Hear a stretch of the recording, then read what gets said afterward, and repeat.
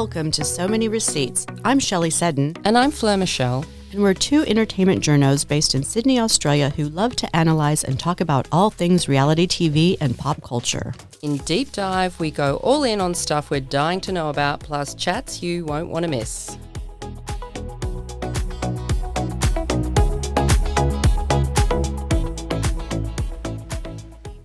Today we are talking to the one and only Osher Gunsberg, one of Australia's most loved TV hosts, popular podcaster and author, who's got an inspirational new book out called So What, Now What, which is out now through Penguin. We are going to be unpacking that, Dancing with the Stars, The Real Housewives of Sydney and more. Anyway, it's so great to catch up. You know, we all go way back. Shelley and I are both former entertainment editors, and we've both chatted to you over the years. And here we are all again on a podcast. Who would have thought? Well, anybody that has an idea of what the traditional, incumbent media industry is doing, that highly talented people have to go and find somewhere to do what they do because it's not happening where it used to. Exactly. Pivoting to the podcast. So I just want to say huge congrats on your new book, So What, Now What? And Thanks. It's full of great snippets on advice. I think it's a great little anchor when you're feeling down. Just pick it up, read a couple pages, little pick me up. So what inspired you to write it, and who would you say it's for? I'm so grateful you said that. Thank you so much. And that is kind of what I wrote it to be, a tool as much as it is a tool book, as much as it is a toolbox. It's a tool to be used. There was a long time ago, when you broke up with somebody, that someone just frisbee a copy of Paulo Coelho's The Alchemist at you. Yeah. And, when you're all broken and stuff. Well, here, just read Who Moved My Cheese. I don't even eat cheese. Just fucking read it. And you read it and you go, oh, it's that kind of book. But those books never really mention the avoidance and the troubles of avoidance and the kind of what avoidant behavior can look like. And this is a book that I wish I had when I wasn't doing well. It's the book I wish I had when I was a teenager and struggling. It's a book I wish I had when I was in my early 20s and really having a hard time integrating myself into a workplace of many different ages and genders and all kinds of things. It's a way of looking at the world which I wish I knew when I was younger, because it could have saved and hopefully will save people a lot of pain. Yeah, well, we both connected with the advice in the book, especially this quote, which jumped out at me. You don't have to like what's happening, but accepting it is the first step. It's and true. Then take action in line with your values. So can you unpack the power of acceptance for us? Oh, it's really hard. That's the hardest thing to do, really. So as I write in the book, life is what happens between expectation and experience. And if we experience something that is not our expectation in a positive way, well, we're surprised. We're like, oh my God, they said yes. I thought they'd never want to go out with me. Way. However, deep down, you kind of expected and hoped that they would. Probably never considered that they wouldn't. So when they say no, then you're busted. And you're broken, but it's got nothing to do with you. But you have the same amount of control over those outcomes, man. So just letting go of the stuff you can't control can get you out of that pain point really, really quickly. If you've ever been through a breakup or a divorce or anything like that, there's a couple of days or sometimes years afterwards where you're just like, everything hurts, because you have to reframe the way you look at the world, because you have this kind of set of, I guess, like subroutines going on that always, it's you and someone else. It's you and someone else. It's you and someone else, eating food, buying groceries, getting in the car, watering the garden, whatever. Oh, now it's you by yourself. And you just get reminded again and again and again, because your experience is different to what you were expecting. That pain it hurts. It hurts a lot. And yeah, you don't have to like it, but you can be upset about it and you can rail against it, but all you're going to do is burn energy and allow that thing that you have no control over to control you. And you won't move anywhere, and you'll be stuck in that shitty feeling. And I wish I knew that when I was younger, but, we learn things when we learned them. And, that's kind of it. And yeah, you don't have to like it. You don't have to like that New South Wales lost state of origin. but you can accept that Queensland are clearly the better team. Oh, And well, it's true, 8 in a row. You can accept how hard 8 in a row tastes. It's bitter if you're a New South Welshman, like everyone in my household is, except me. But to accept it is like, what can we do about that? We can be better. We can be a better football team, and we can do good stuff here. Sorry, I'm just working rugby league into this. yeah. Do they need a new host of something? I mean, Yeah. I don't know. They tend to only employ people. Well, that's not necessarily true, but I don't think I've got any skin in the game. I do no. love watching rugby league though. It's nice. Yeah.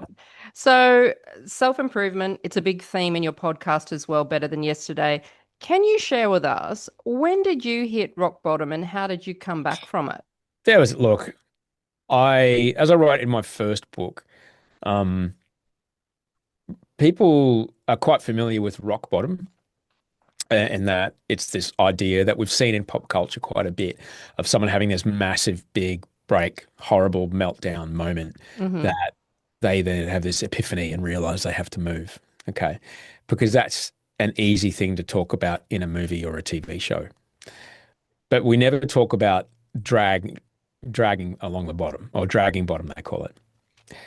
And that's very much like a cruise ship anchor on a, Caribbean coral reef, just, or I guess like a ghost fleet, nefarious vessel destroying subterranean communications cables in the North Atlantic.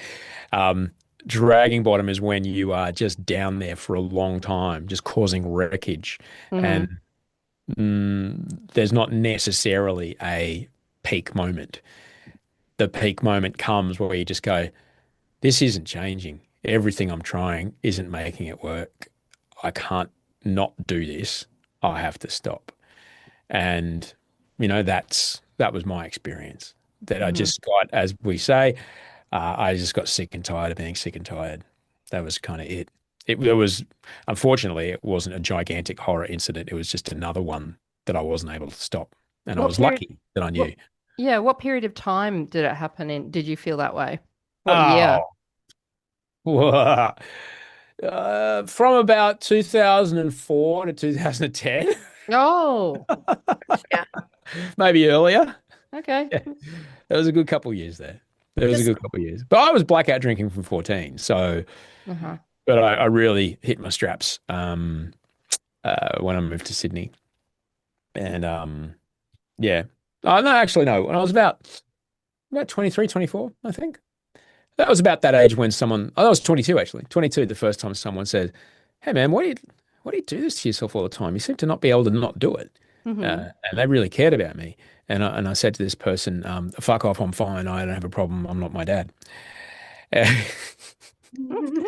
So it took me another 14 years to actually understand that they were right. But that was so back in the period where we were seeing you a lot on TV and on Oh, screen oh yeah, yeah, yeah. and you were Well, look, feeling not people have great. people have a people have an idea about what problem drinking can look like or what complex Mm, mental illness can look like. And they tend not to ever consider that you can be highly functioning and, absolutely. by all accounts, really quite holding it together. But people only witness you in those moments of holding it together, as was the case with me. When am I more focused than when I'm at work and I'm accountable and I'm here and I'm in the moment and like, oh, this is great because I can't think about anything except doing this thing right now. It's off air when I got home. That was the issue. mm. Mm. So, question, have you ever thought about retraining as a counselor? I mean, they charge a lot of money and you're relatable. People would love to hear what you have to say. I think you might have a side hustle here. Uh, Counselor, you're only ever going to be able to see people one on one. Yeah. Um, I mean, I don't know if I've got the time to Yeah. retrain something like that because it Yeah. takes years. Yeah. Yeah. Yeah. But I think I can probably help more people faster through the podcasts That's true. and Yeah. the books and doing keynote speaking. I'm actually doing one tonight. Doing keynote speaking. I mean, I'm backed up. I don't want to be putting bunkum out into the Yeah. Yeah. world. So Yeah. in this book, we worked with an eminent Yes. acceptance commitment therapy psychologist to make sure that what we were selling is the real thing. It's not something we just made up. Yeah. Absolutely. It's the modality, the acceptance commitment therapy modality, but reframed in a graphic novel told by a glove. Yes. You have to check this out. The illustrations are great. Yes, I love Yeah, it. that's Cam Walker. That's Truthless. He is unbelievably talented, man. He's just so good, and I couldn't think of no one else that I'd want to illustrate this. I've known him for a long time, and he's very literate in this space. He's a freaking genius, man. He's Mm. written 2 books, Doom and Bloom and Your Head as a Houseboat. And I really liked what he did in those books, and I couldn't have wanted anybody else to illustrate mine. So just switching gears a little bit. So you recently made headlines for speaking up to George Craig Revel Horwood on Dancing with the Stars.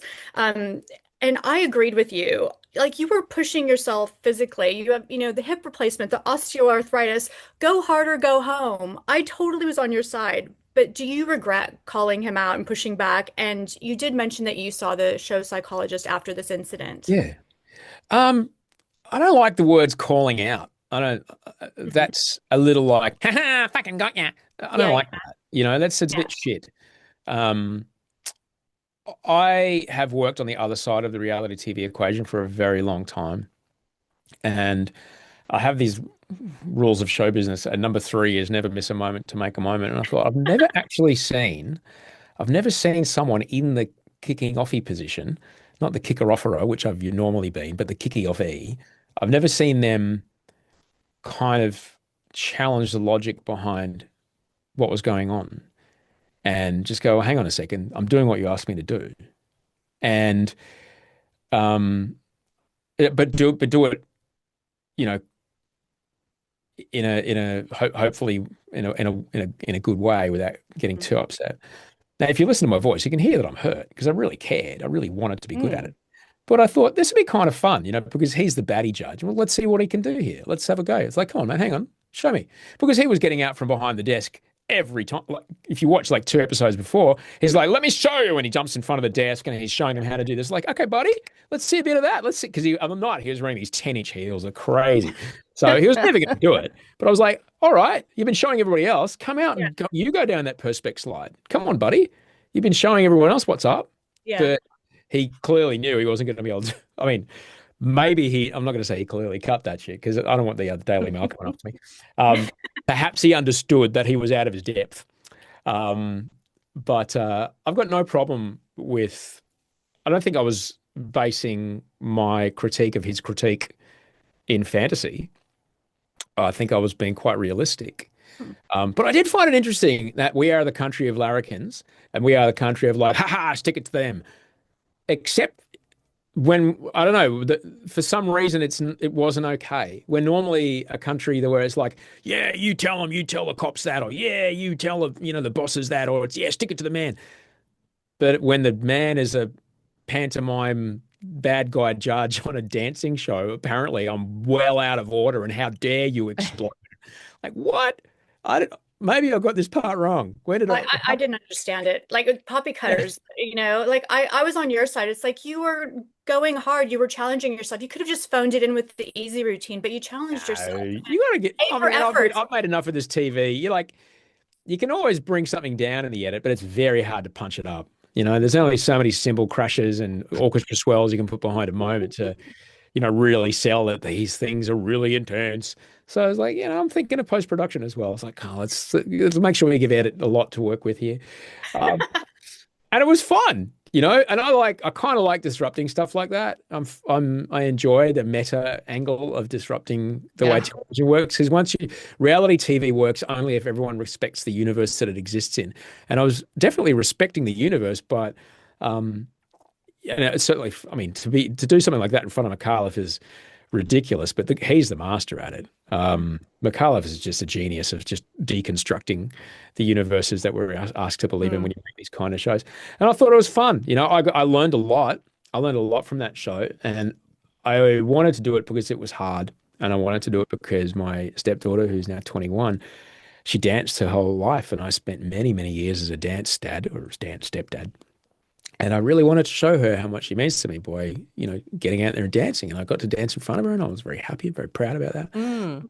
And I also wanted to show, both her and Wolfie, it's important to do things that are hard. It's important to say yes to stuff that frightens you, because in just trying to do it, you might not succeed, but in the trying, you will become something better than you are right now.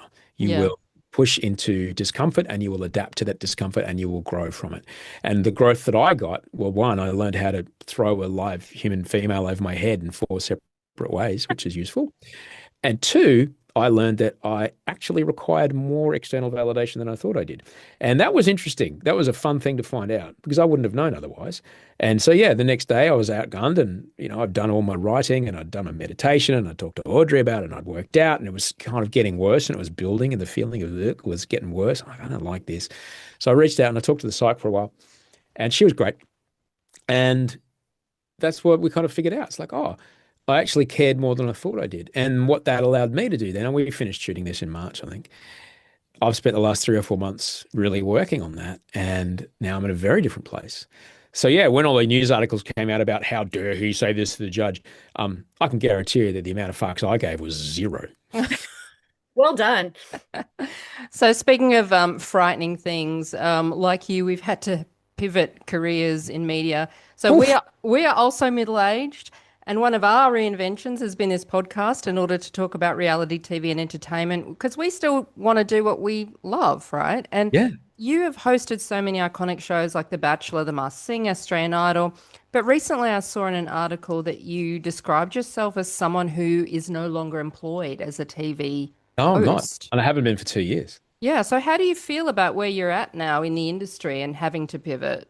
Well, I'm not the only person in their 50s whose industry has shifted beneath their feet and suddenly find themselves, out of alignment with the pathway that they expected. It's the difference between expectation and experience. You can bet your ass that when I was writing this book, I was writing it for myself as much as anybody else. Yeah. Yeah, it's really difficult. And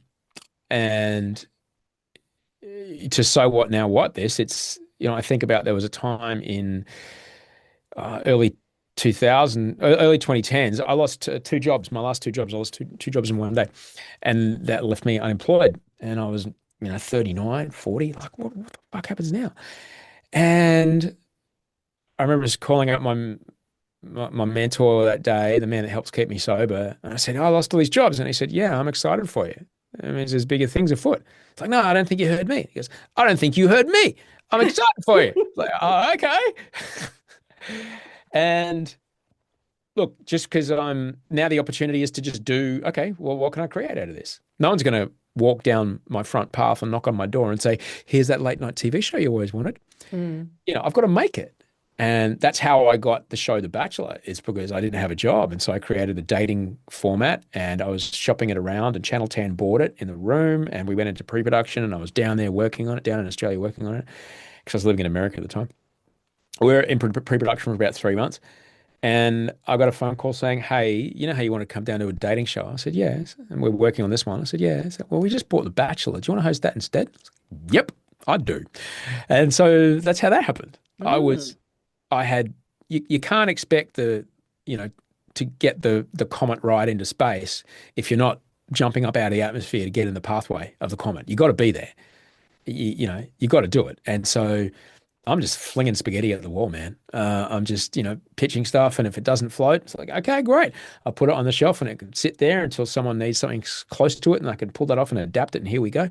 And that's what I'm doing. And it's working in, I used to pay my bills with, only a couple of jobs, but now I've got, I don't know, it's 13 gigs. I don't know, like a lot. It's really hard. It's really, really hard. You're hustling. Got to, man. Got to. I mean, the gig economy. It is, and I think it's important to really face the facts and you don't have to like it, but I was really struggling trying to figure out, well, hang on, because Audrey and I are on runway right now that we put in place because we knew this was coming. And so we've got some runway in place to give us some breathing room and some time to make some decisions. Mm-hmm. And I was starting to feel worse and worse. And I didn't understand why. And I used the trick I talk about it in the book, just trying to notice, like, what's going on? Oh, all right. Because I don't know when our time runs out. That's it. So I created this spreadsheet and I stare at it every day, which is the countdown clock. It's like I'm Kami and the bear looking at the wall going, this is how long I've got. I've got this long to make it happen. before, we're not able to, stay living where we're living. But like I said, I'm not the only person in that position. And I'm just grateful that for a show like, Batch, for example, is that I'm the only one that lost my job.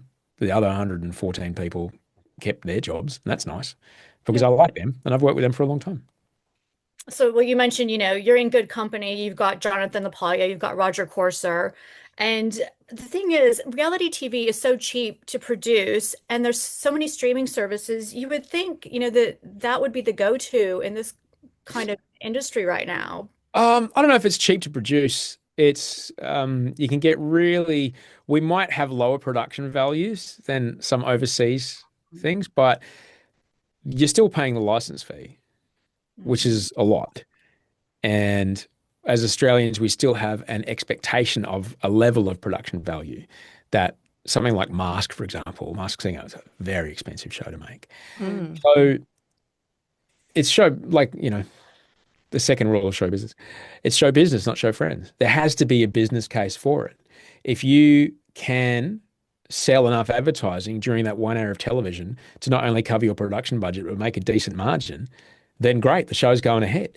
But if you can't sell enough advertising in that 1 hour of television to justify the production budget, there's no business case for it. It's not personal.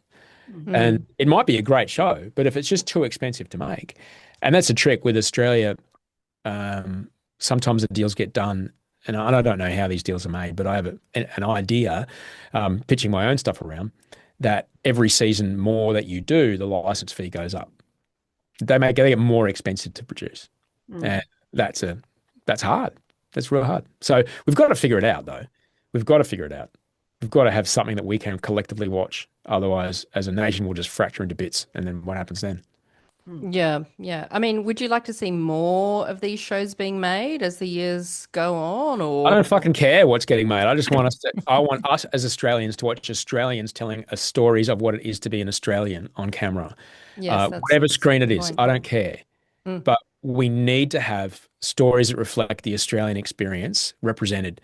Otherwise, we'll become this weird echo of the US and the UK in some ways, but mostly the US. And then weird, insidious American politics starts showing up in our culture, which has never been there before. It's like, how did this get here?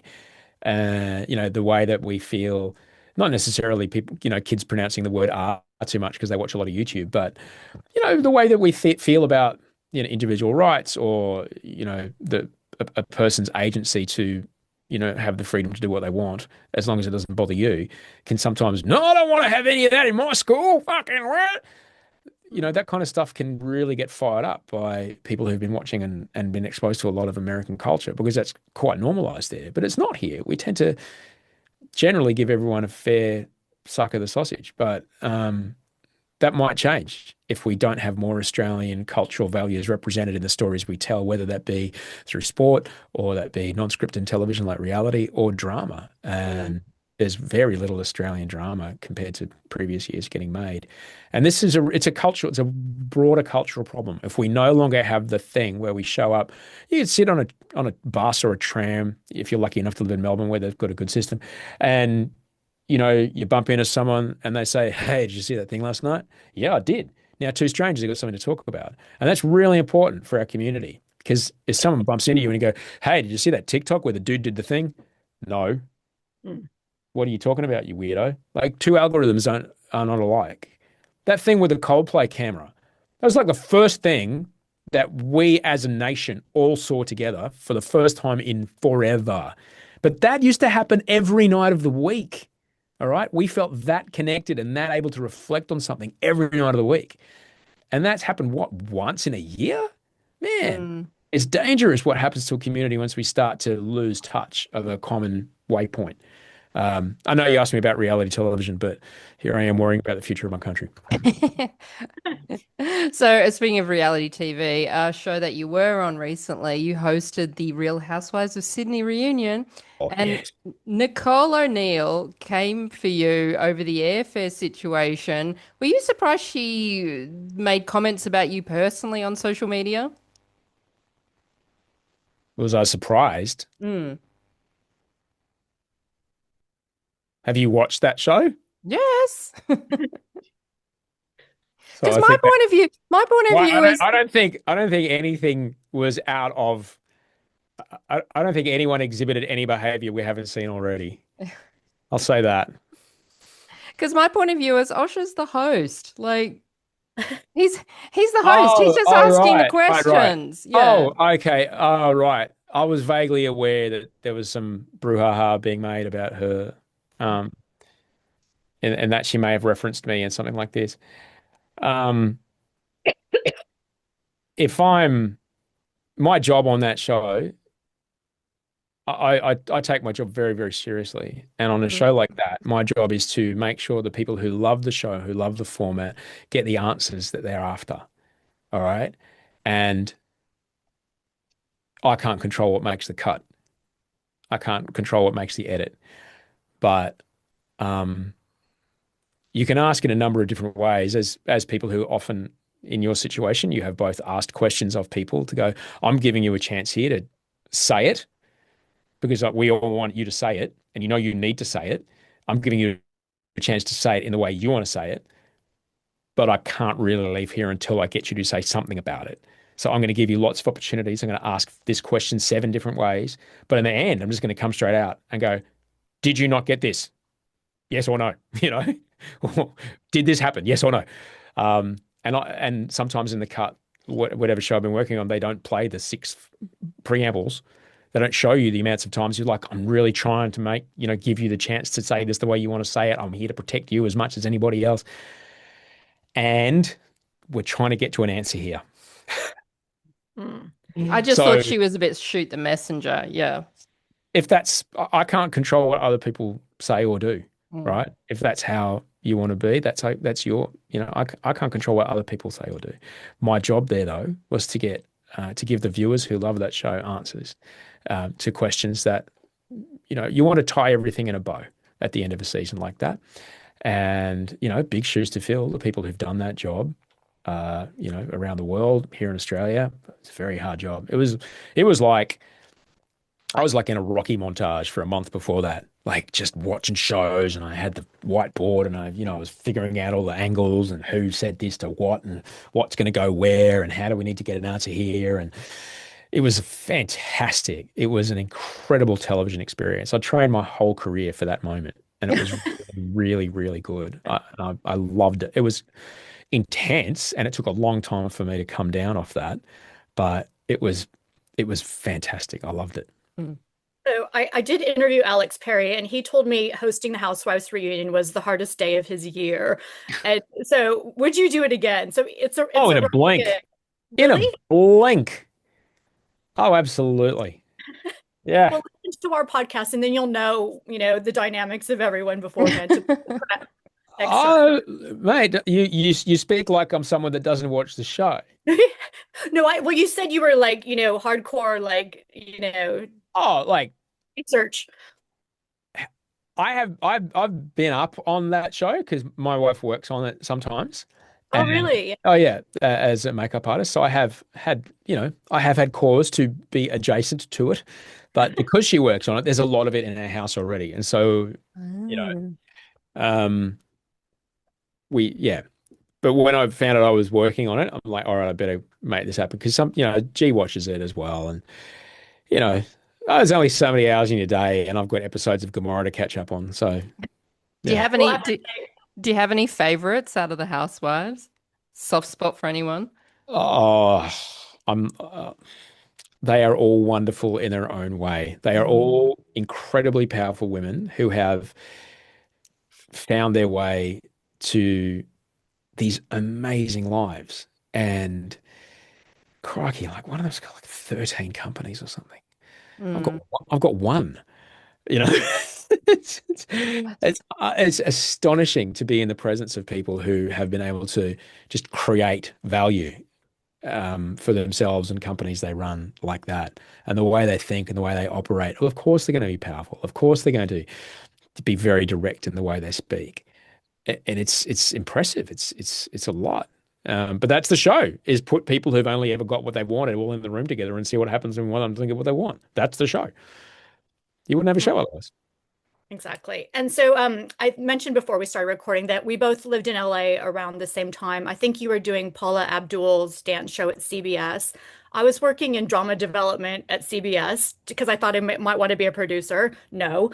But do you ever think about maybe heading back to LA? Or would that ever be an option? Oh, well, I'm grateful you were there. It's something I'm very proud of, actually. I'm the first and at this stage only, and probably will be the only Australian to host live network primetime television in the US. No one else has ever done it. Huge. That's huge. And for if you know, you know, like that's a humongous deal. That is the Olympic gold medal in my gig.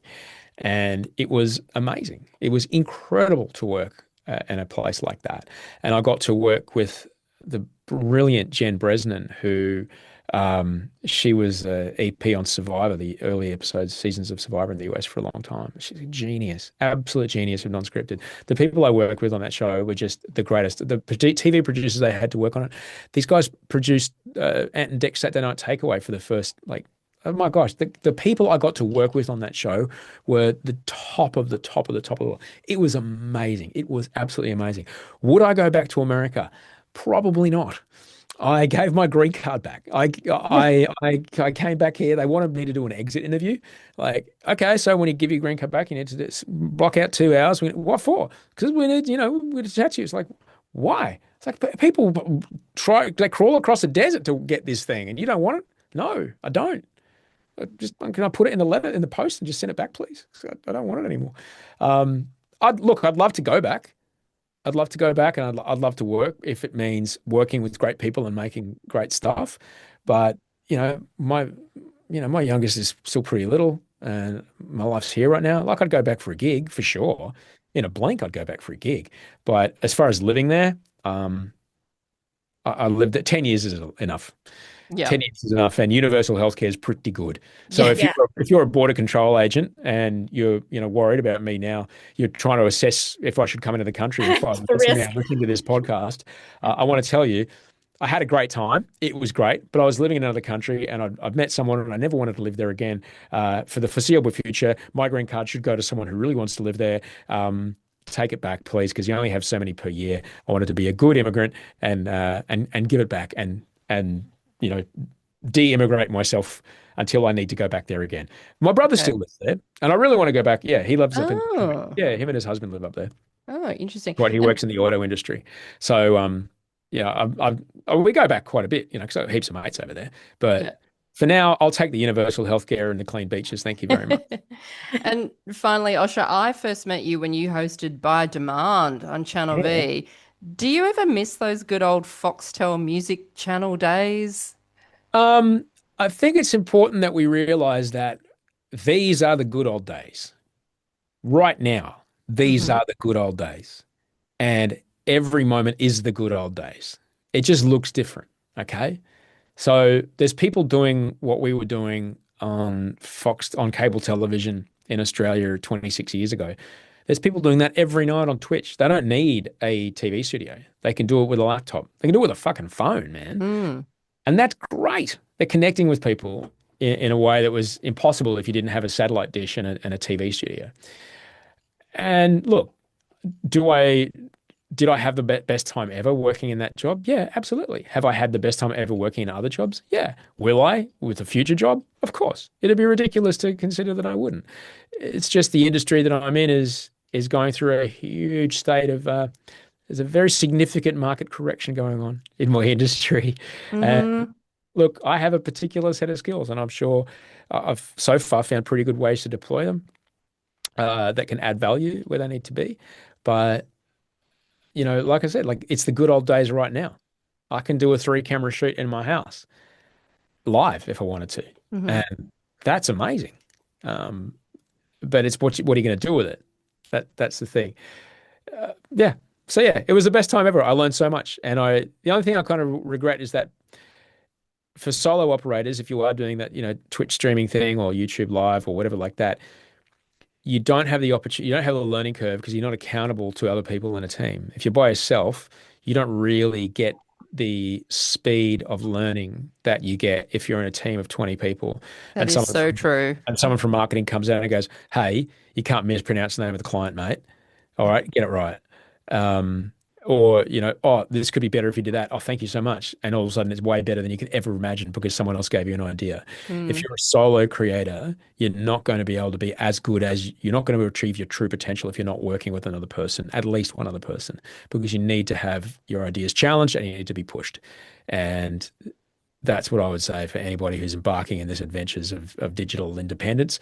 Make sure you've got someone else around to double check. It's not only go, hey, that's a bit out there, or B, that's probably too safe. People might think you're talking down to them. Yeah, yeah. Well, you can come and be our third person anytime. We've got Around. an opening. It's been great catching up with you, Osher. Thank you so much for your time. Thanks for your support. Thank you so much for your support. And I really hope this book brings, people what they look for. I hope it's valuable for people who are in trouble, but also valuable for people who are trying to figure out why their friend keeps doing the same thing and it's not getting better, or trying to understand someone they really care about who's on a bit of a spiral. I've had someone who say, like, I'm going to put this on my teenager's bed. Like, okay, do that. That's kind of what it's for as well, because it doesn't look like what it is. It's a bit of a Trojan horse, this one. Yeah, I'm going to put it on my teenager's bed. Osher's new book, So What, Now What, is out now through Penguin. It is a great little read. I love how it's in bite-sized bits too, because sometimes self-help books, it's like, oh my God, it's going to take me 7,000 years to even get through this. Yeah, And you've got it in like, just pick it up, have a look through when you need some inspo. Love it. you'll get it. Thanks for your time. Really appreciate it.